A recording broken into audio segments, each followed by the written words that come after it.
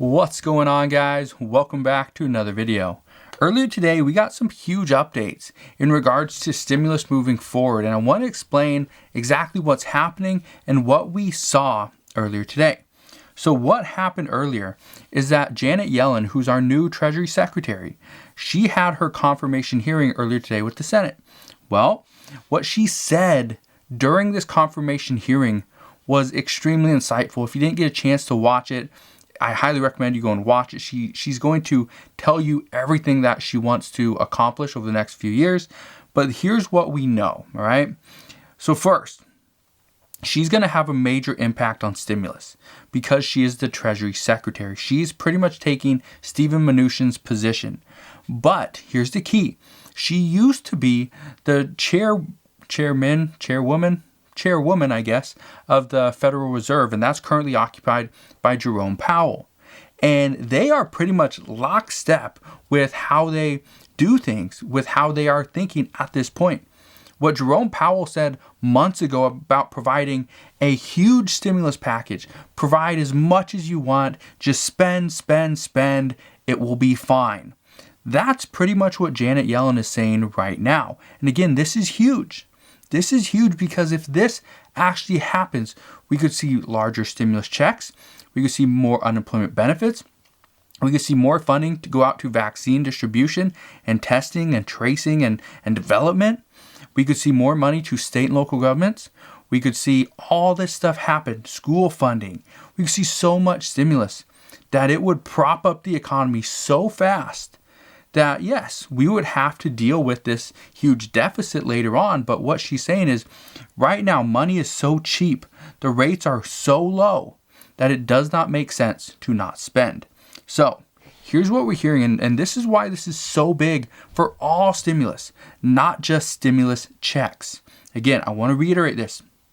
If you're just here about stimulus checks, she addresses this, but she also addresses rental assistance, unemployment benefits. She addressed taxes, cryptocurrency. She addressed so many things. So here's what we know. First, Joe Biden is more open to allowing his cabinet to dictate what he does. President Trump wanted to be kind of the one making all the decisions, but according to reports, Joe Biden wants his cabinet to take up these important issues on their own. This is why looking at Janet Yellen and what she is saying, this is why this is extremely important. Because President Trump, he allowed Steve Mnuchin to go and negotiate with Nancy Pelosi. Well, ultimately, nothing got done. They got a little bit closer, but nothing ultimately got done. Well, if this is Janet Yellen, she's going to get something done. I guarantee she's going to get something done. We'll just have to see what that is. Now, here's what we know. Earlier today, she mentioned that there are over 18 million people, 18 million Americans that are currently filing for unemployment claims each week. And this number keeps increasing. We can continue to provide unemployment benefits to these more than 18 million people. But what she is saying is that we need to deal with the underlying condition, the underlying problem. And if we want to get out of this pandemic, if we want to get out from under our own mess, then we have to provide for the underlying problems. And what is that? Well, first off, she said paying an additional $300 per week for months on end, it solves the financial crisis. It gives people some security that yes, they will have food on the table. They will have a roof over their head. They will have clothes on their back. They will have fuel in their gas tank. But it doesn't address the pandemic.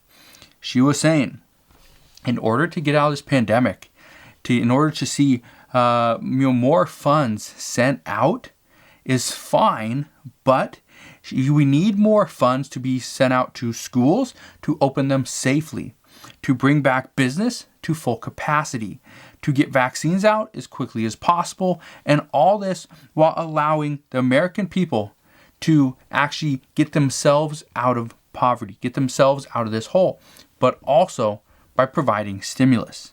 So what she's saying is we want the American people to pretty much fend for themselves, but we need to help them. We need to help them. We need to provide for those that were hardest hit.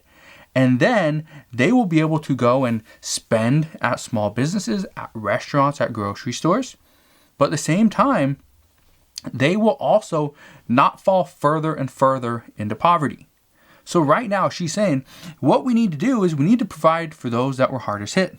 So she's in favor of additional stimulus checks, but she says that we also need to be realistic and giving reasons why stimulus in other areas is extremely important, not just providing direct payments to the American people.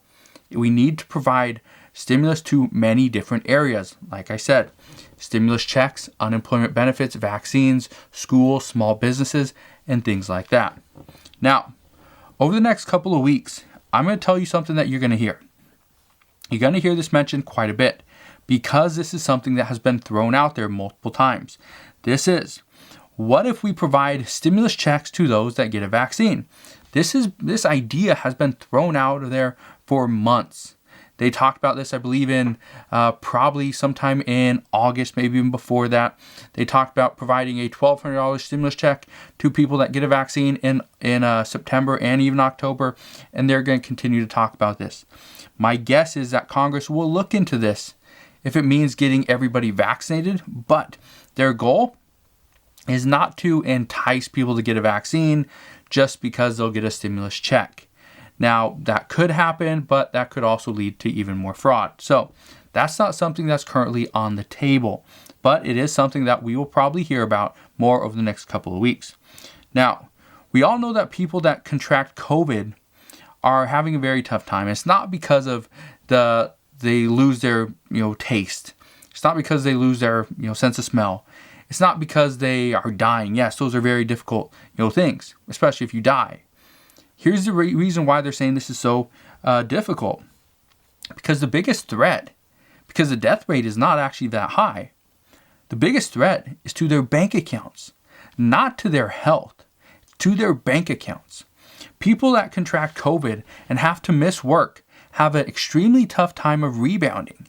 This is one of the reasons why Janet Yellen has stated that we have to provide for those that are hardest hit.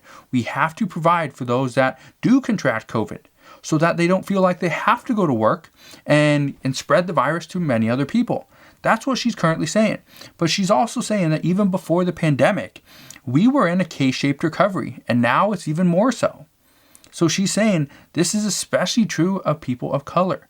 And that's the reason why a lot of these communities, Black communities, Hispanic communities, these are the ones that are getting affected the most, simply because they know they have to go to work.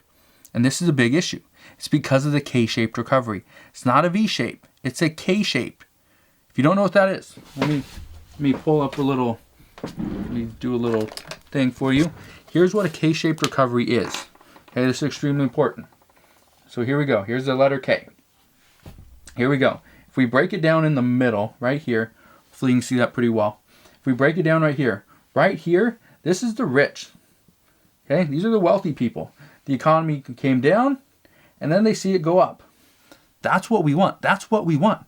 We want this, but for everybody. But here's the problem. This is what happened. Okay, we'll just put poor right here. This is what the poorer people are seeing. The not so rich, the not so wealthy. The economy kind of went up. They saw everything was going really well, and then now it's starting to taper off. That's the K-shaped recovery. This is where we want to be. This is where everybody wants to be, not just the rich. And that's what Janet Yellen was saying, is that's what we saw before this pandemic. That's even more prevalent now because of everything that's gone on. So, she also said something that's very telling on what the Biden administration is wanting to do as well. She said, and I quote, "I think relief that we provide to those who are in the greatest need and to small businesses have the best chance of providing both relief to those who've been so badly affected by the pandemic and creating a great deal of spending per dollar spent. They'll create jobs throughout the economy." She also went on to talk a little bit about unemployment benefits and SNAP benefits and how extremely important those are. She said, those have a very large bang for our buck, which essentially means if we spend $1 on unemployment benefits or we spend $1 on SNAP benefits, it's most likely going to come back to us more than just once. It's not going to double or triple. It's going to quadruple or even go further. But She stated that the biggest bang for our buck is done by providing vaccinations. This will allow schools to reopen. This will allow parents to go back to work. This will provide for teachers and for the states. And all of this will allow the size of businesses, every single business, to open up and grow. That's what we need. If businesses, both small and big, grow, then we'll see more employees will be called back. They will have more taxes they'll pay to the states. Everything's just going to flourish at that point. And that's what she's saying. So by doing this, she is stating that the economy will be better off much faster and then just by trying to provide stimulus for years to come. One thing that Janet Yellen also said multiple times that really stuck with me, hearing this, is she said, we have to spend on the areas that were and continue to be hurt the most. This is big because this includes providing stimulus to those that have lost their jobs. She also mentioned providing relief to small businesses in areas that don't have a very high median income. And this is true. This is extremely true. If we provide some stimulus to open up businesses, especially smaller businesses in a not so wealthy neighborhood to an area that has a very low median income, what would that allow the business to do? Well, if you provide for that business as opposed to paying to have Walmart stay open or Target or something like that, you provide for the small businesses. This allows them to call back more employees. That gives the employees more money to spend throughout the community. The community will then grow and prosper. And after that community grows up and we start propping up all these little communities throughout the country, well, then the bigger cities, they do better. The states, they do better. And then the country as a whole will ultimately do better. So she's saying sometimes that's just what we have to do. We have to provide relief to those that don't have food on their table or a roof over their head. Which again goes back to the exact same thing, providing for those that have been hit the hardest. This is what Mitch McConnell said. This is what so many Republicans said. Democrats were saying, let's just provide for every single person, whether they lost their job or not. Let's just give them a stimulus check. Let's give them some unemployment benefits, whether they need it or not. Which again, a lot of money, especially in California, was fraud. Was completely fraud. But they're still trying to get that money back. And the people that absolutely need the money, they don't have it. They can't get it because it's not there. So what we're getting from Janet Yellen at this point is exactly what Jerome Powell from the Federal Reserve have been saying for months. We need to spend and spend big.